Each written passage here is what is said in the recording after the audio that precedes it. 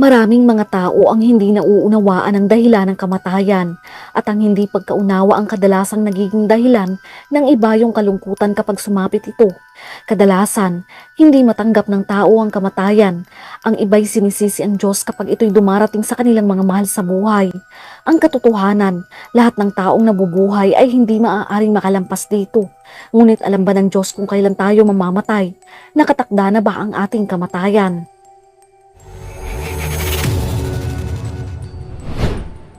Marami ang nagsasaliksik kung paano mapapanatili ang buhay. Pilit nilang dinudugtungan ang buhay na may hangganan at hinahanap pa nga ang paraan upang mabuhay ng walang hanggan kahit ito ay napaka-imposible. Subalit ang tao ay nabigo. Ang kayamanan at karangalan ng tao ay walang kabuluhan at walang kapangyarihan sa kamatayan. Sa katotohanan, ang orihinal na plano ng Diyos ay mabuhay ang tao ng walang hanggan na bago lamang ito nang pumasok ang kasalanan sa tao. Dahil doon, ang kamatayan ay naitakda sa tao. Kaya't ang naging sumpa sa tao bunga ng pagsuway sa kautusan ng Diyos ay ang pagkakaroon ng kamatayan. Karagdagan lamang ang mga hirap at sakit na nararanasan ng tao. Subalit ang pinakaultimong sumpa na mararanasan niya ay ang katapusan ng kanyang pamamalagi sa sanlibutan ito. Ang mahalagang maunawaan natin dito ay naitakda na ang kamatayan na dapat sana wala ito. Subalit nagpasimula na ang tao ay sumuway sa kautusan ng Diyos. Mga kapatid, bago pa tayo ipanganak, alam na ng Diyos kung kailan tayo mawawala sa mundong ito. Ito ay nakatakda na kung paano at saan ito mangyayari. Kumbaga, alam niya ang buwan, ang araw, ang oras o ang minuto ng katapusan ng ating buhay sa lupa. Alam na alam niya ang lahat dahil siya ang Diyos. Siya ang omniscient na may kaalaman sa lahat ng bagay.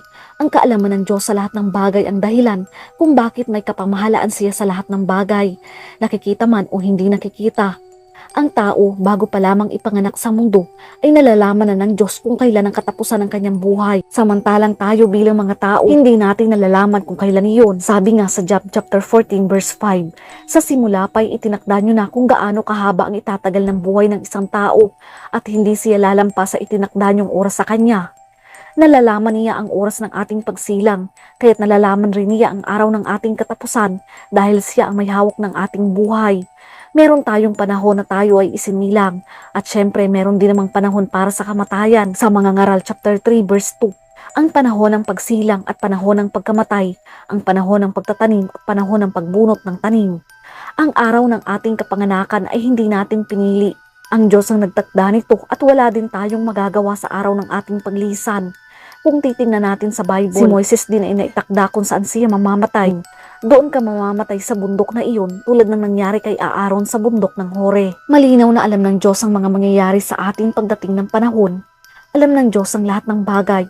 Hindi lamang niya nalalaman ang pinakamaliit na detalye ng ating buhay, kundi maging ang lahat ng mga nangyayari sa ating paligid.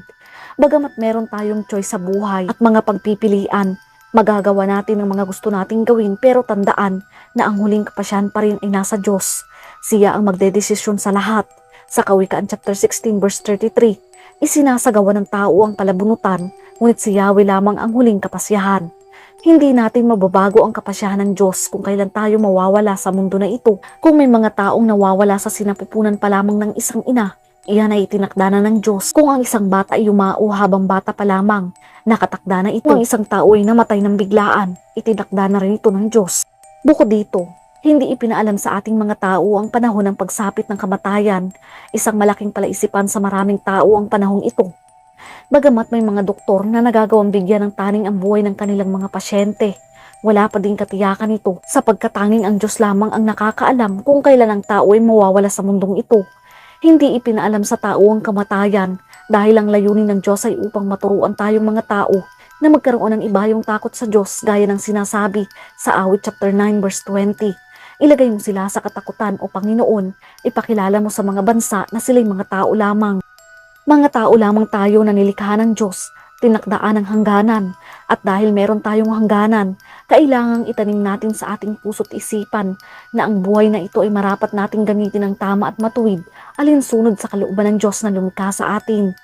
Mga kapatid, tanggapin natin na merong nakalaan na oras at panahon para sa ating pagkawala sa mundong ito. Huwag na nating katakutan ng kamatayan dahil hindi na ito mababago pa. Mga kapatid, gusto kong makita ninyo na habang nabubuhay tayo sa mundong ito, sulitin natin ang bawat oras, ang bawat minuto. Dahil napakalimitado ng oras na ibinigay sa atin, huwag natin sayangin ito sa mga walang kabuluhang mga bagay sa mundo.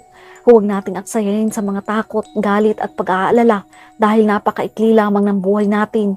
Habang nandito tayo sa mundong ito, marapat na enjoy natin ang oras na ibinigay sa atin para sa pamilya, sa ating mga sarili, at higit sa lahat para sa ating Panginoong Diyos. Sa lahat ng ating ginagawa, dapat palagi siyang naluluwalhati. Minsan lamang tayong mabuhay sa sanlibutan ito, subalit ang minsan ay sapat na, lalo pa nga kung ginagamit natin sa tamang paraan ng pamumuhay. Bukod dito, dapat nating maunawaan na nakatakda ang kamatayan ng laman at may hangganan ang buhay. Ngunit hindi tayo dapat matakot. Kung meron man tayong dapat katakutan ay walang iba kundi ang Diyos, gayon din ang apoy ng impyerno. Muli po sana ay meron kayong natutunan. Patuloy nating ipalaganap ang mabuting salita ng Diyos. Ingat and God bless.